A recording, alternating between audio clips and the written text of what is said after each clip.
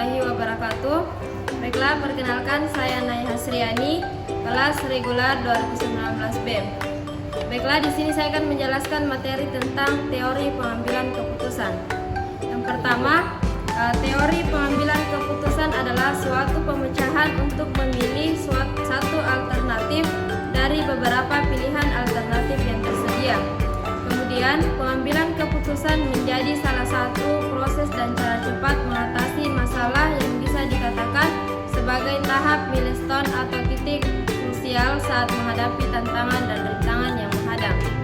Kemudian, adapun pengertian teori pengambilan keputusan adalah pendapat yang didasarkan pada penemuan dan penelitian, didukung oleh data dan argumentasi dalam pemecahan masalah untuk memilih satu alternatif dari beberapa pilihan alternatif yang tersedia, berasal dari teori kemungkinan yang merupakan konsekuensi dari beberapa keputusan. Kemudian, pengambilan keputusan adalah suatu tindakan yang mengarah pada tujuan tertentu yang dilakukan oleh seseorang atau beberapa orang berkenaan dengan suatu masalah. Tindakan seseorang terhadap kebijakan dapat berupa pengambilan keputusan yang biasanya bukan merupakan keputusan tunggal, artinya kebijakan diambil dengan cara mengambil beberapa keputusan yang saling terkait dengan masalah yang ada. Kemudian adapun teori yang digunakan dalam mengambil keputusan, yang pertama teori rasional komprehensif, yang kedua teori inkremental, yang ketiga teori pengamatan terpadu. Kemudian saya akan membahas tentang pohon keputusan, di mana adapun definisi pohon keputusan, yaitu penggunaan pohon keputusan dimaksudkan untuk lebih memudahkan pihak manajer dalam melihat keputusan yang diambil secara lebih terang dan sederhana. Menurut Susan Well dan John C. Kamar, sebagai suatu diagram yang cukup sederhana menunjukkan suatu proses untuk merinci masalah-masalah yang dihadapinya ke dalam komponen-komponen, kemudian dibuatkan alternatif-alternatif pemecahan beserta konsekuensi masing-masing alternatif. Kemudian untuk membuat suatu pohon keputusan, yaitu yang pertama, buatlah alternatif-alternatif pilihan. Yang kedua, tentukan biaya untuk setiap alternatif. Yang ketiga, lakukan perhitungan secara detail. Kemudian adapun kekurangan pohon keputusan, yaitu terjadi overlap. Hal ini sering saya temui ketika menggunakan kelas-kelas dan kriteria yang digunakan dalam jumlah besar. Hal tersebut juga dapat menyebabkan meningkatnya waktu pengambilan keputusan dan jumlah memori yang diperlukan. Kemudian pengakumulasian jumlah error dari setiap tingkat dalam sebuah pohon keputusan yang besar. Selanjutnya, kesulitan dalam mendesain pohon keputusan yang optimal. Dan yang terakhir, hasil kualitas keputusan yang didapatkan dari metode pohon keputusan sangat tergantung pada bagaimana pohon tersebut didesain. Kemudian adapun karakteristik dan manajemen keputusan. Definisi karakteristik itu sendiri adalah suatu yang tumbuh sejalan dengan waktu dan telah menempa serta membentuk sikap seseorang yang selanjutnya itu memberi pengaruh pada setiap kepuasan yang dibuat oleh orang tersebut. Kemudian, karakteristik pengambilan keputusan dan pengaruhnya bagi perusahaan. Yang pertama, takut pada risiko atau risk avoider. Karakteristik ini dianggap menempati posisi yang aman dan jauh dari risiko. Kemudian yang kedua, hati-hati pada risiko, risk indifference, yaitu karakteristik ini di mana sang desain maker sangat hati-hati atau begitu menghitung terhadap segala dampak yang akan terjadi jika keputusan tersebut dilakukan. Kemudian yang ketiga, suka pada risiko atau risk taker atau risk lover, yaitu sikap seseorang dalam menghadapi risiko sangat tergantung pada beberapa hal, yaitu sifat dasar orang yang bersangkutan, jenis persoalan yang dihadapi, situasi yang ada, dan faktor lainnya. Kemudian adapun teori pengambilan keputusan dalam berbagai kondisi, yaitu suatu cara yang digunakan untuk memberikan suatu pendapat yang dapat menyelesaikan suatu masalah dengan cara atau teknik tertentu agar dapat lebih diterima oleh semua pihak. Kemudian pengambilan keputusan dalam berbagai kondisi, yaitu kondisi pasti, kondisi tidak pasti, dan kondisi konflik. Di mana kondisi pasti yaitu proses pengambilan keputusan ini dilakukan adalah tanpa ada banyak alternatif. Keputusan yang diambil sudah jelas pada fokus yang dituju. Teknik yang bisa dipergunakan yaitu menggunakan program linear atau secara aljabar linear, dana alat analisis jaringan kerja, dan project evaluation and review teknik. Kemudian kondisi tidak pasti yaitu lahirnya keputusan lebih sulit atau lebih kompleks, dalam artian keputusan yang dibuat belum diketahui nilai probabilitas atau nilai yang mungkin diperoleh. Untuk menghindari timbulnya masalah, sebaiknya melakukan riset terlebih dahulu, mencari informasi sebanyak mungkin, dan menggunakan beberapa metode pengambilan keputusan yang paling sesuai dengan setiap kondisi masalah yang mungkin timbul. Kemudian kondisi konflik yaitu pengambilan keputusan yang dilakukan menimbulkan dampak yang mungkin saja bisa merugikan salah satu pihak. Untuk menyelesaikan masalah, biasanya dilakukan pendekatan secara teori, permainan dalam dunia bisnis, teraplikasi dalam bentuk tawar-menawar harga, dan hingga terrealisasinya suatu kontrak atau kesepakatan. Kemudian saya akan membahas tentang risk and return. Risk juga dapat ditafsirkan sebagai bentuk keadaan ketidakpastian suatu keadaan yang akan terjadi nantinya, dengan keputusan yang diambil berdasarkan berbagai pertimbangan saat ini. Kemudian return adalah keuntungan yang diperoleh perusahaan, individu, dan institut dari hasil kebijakan investasi yang dilakukan. Kemudian adapun definisi risk and return. Risk and return merupakan kondisi yang dialami oleh perusahaan, institut, dan individu dalam keputusan investasi, yaitu baik kerugian ataupun keuntungan dalam suatu periode akuntansi.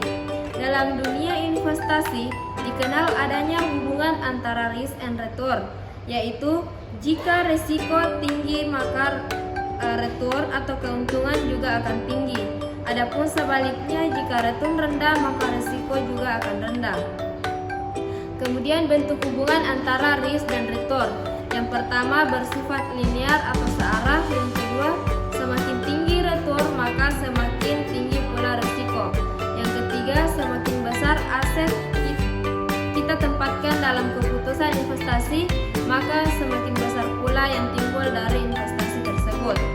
Kemudian, kondisi hubungan yang bersifat linear ini hanya mungkin terjadi pada pasar yang bersifat normal, karena pada kondisi pasar yang tidak normal semua ini bisa saja berubah atau tidak seperti yang diharapkan. Kemudian, selanjutnya materi kepemimpinan dan manajemen keputusan. Kepemimpinan merupakan suatu ilmu yang mengkaji komprehensif tentang bagaimana mengarahkan secara mempengaruhi, mengawasi orang lain untuk mengerjakan tugas sesuai dengan perintah yang direncanakan. Ilmu kepemimpinan telah semakin berkembang seiring dengan dinamika berkembangnya hidup manusia. Pemimpin dan kepemimpinan seseorang, pemimpin harus memiliki jiwa kepemimpinan, dan jiwa kepemimpinan yang termiliki dari seseorang pemimpin adalah tidak bisa diperoleh dengan cepat dan segera, namun sebuah proses yang terbentuk dari waktu ke waktu hingga akhirnya mengkristal dalam sebuah karakteristik. Dalam artian, ada sebagian orang yang memiliki sifat kepemimpinan namun usahanya yang gigih. Kemudian selanjutnya ciri-ciri seseorang pemimpin.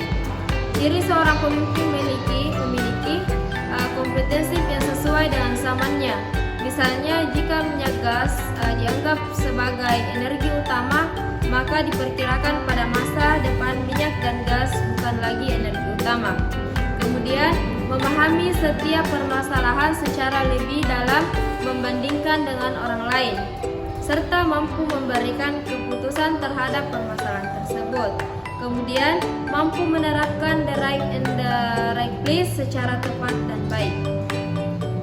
Kemudian, intuitive leader, yaitu pemimpin yang mempergunakan intuisi dalam memimpin dalam menjalankan aktivitas bisnisnya. Intuitive leader dilahirkan atas dasar bakat alami atau natural talent yang dimiliki semenjak ia masih memulai bisnis dengan sangat sederhana, dan itu semakin lama semakin berkembang hingga menjadi besar. Kemudian nilai-nilai kepemimpinan. Yang pertama teoritik, yaitu nilai-nilai yang berhubungan dengan usaha mencari kebenaran dan mencari pembenaran secara rasional. Yang kedua ekonomis, yaitu tertarik pada aspek-aspek kehidupan yang penuh keindahan, menikmati setiap peristiwa untuk kepentingan sendiri. Ketiga sosial, menaruh belas kasihan pada orang lain, simpati dan tidak mementingkan diri sendiri. Keempat politis, berorientasi pada kekuasaan dan melihat kompetensi sebagai faktor yang sangat vital dalam kehidupannya. Kemudian adapun hal-hal yang menyebabkan seseorang menjadi pemimpin. Yang pertama, tradisi atau warisan, di mana seorang menjadi pemimpin karena warisan atau keturunan, misalnya raja atau ratu Inggris dan Belanda. Kemudian kekuatan pribadi, baik karena alasan fisik maupun karena kecakapannya. Kemudian pengangkatan atasan, seseorang menjadi pemimpin karena diangkat oleh pihak atasannya. Kemudian pemilihan, seseorang menjadi pemimpin karena berdasarkan konsep penerimaan atau ascendance theory. Kemudian adapun 5 tipe utama pemimpin, yaitu pertama tipe yang otoritasi atau diktatorial, kedua tipe militaristis, ketiga tipe yang paternalistis, keempat tipe yang laissez-faire, keempat tipe yang demokratis atau partisip. Kemudian pengambilan keputusan dalam kondisi tidak pasti. Keputusan adalah proses penelusuran masalah yang berawal dari latar belakang masalah, identifikasi masalah, hingga kepada terbentuknya kesimpulan atau rekomendasi. Kemudian, pengambilan keputusan adalah suatu proses penentuan sebuah pilihan dari berbagai alternatif pilihan yang tersedia. Kemudian ada 4 kondisi yang mempengaruhi pengambilan keputusan. Yang pertama, pengambilan keputusan dalam kondisi pasti. Kedua, pengambilan keputusan dalam kondisi resiko. Kemudian ketiga, pengambilan keputusan dalam kondisi tidak pasti. Selanjutnya, tingkatan utama dalam pengambilan keputusan. Kegiatan inteligensia terdiri dari penyelidikan keadaan lingkungan untuk menyiapkan keputusan. Kemudian kegiatan merancang atau mempelokan, artinya mendapatkan, mengembangkan dan menganalisis kemungkinan arah. Kemudian pengambilan keputusan dalam kondisi pasti. Dalam kondisi pasti, proses pengambilan keputusan adalah berlangsung banyak alternatif. Keputusan yang diambil sudah jelas pada fokus yang dituju. Adapun linear programming atau programan liar, yaitu suatu teknis matematika yang dirancang untuk membantu manajer dalam merencanakan dan membuat keputusan dalam mengalokasikan sumber daya yang terbatas untuk mencapai tujuan perusahaan. Kemudian motivasi dan manajemen pengambilan keputusan. Motivasi adalah aktivitas perilaku yang bekerja dalam usaha memenuhi kebutuhan yang diinginkan. Untuk memahami lebih dalam definisi motivasi, ada baiknya kita melihat beberapa pendapat para ahli. Motivasi dan kepemimpinan merupakan salah satu faktor kunci dalam fungsi pengarahan dan implementasi dari manajemen organisasi. Motivasi terkait dengan berbagai hal yang mendorong seseorang untuk menunjukkan perilaku tertentu dalam organisasi tersebut. Pengambilan keputusan juga adalah pendekatan yang sistematis terhadap hakikat suatu masalah, pengumpulan fakta-fakta dan data, penentuan yang matang dari alternatif yang dihadapi, dan pengambilan tindakan yang menurut perhitungan merupakan tindakan yang paling tepat. Kemudian adapun langkah-langkah dalam pengambilan keputusan. Yang pertama, menentukan perlunya pengambilan keputusan. Yang kedua, mengidentifikasi kriteria keputusan. Yang ketiga, mengalokasi pembobotan terhadap kriteria. Yang keempat, mengembangkan alternatif. Nah, itulah mungkin materi tentang teori pengambilan keputusan. Kurang dan lebihnya mohon dimaafkan. Assalamualaikum warahmatullahi wabarakatuh.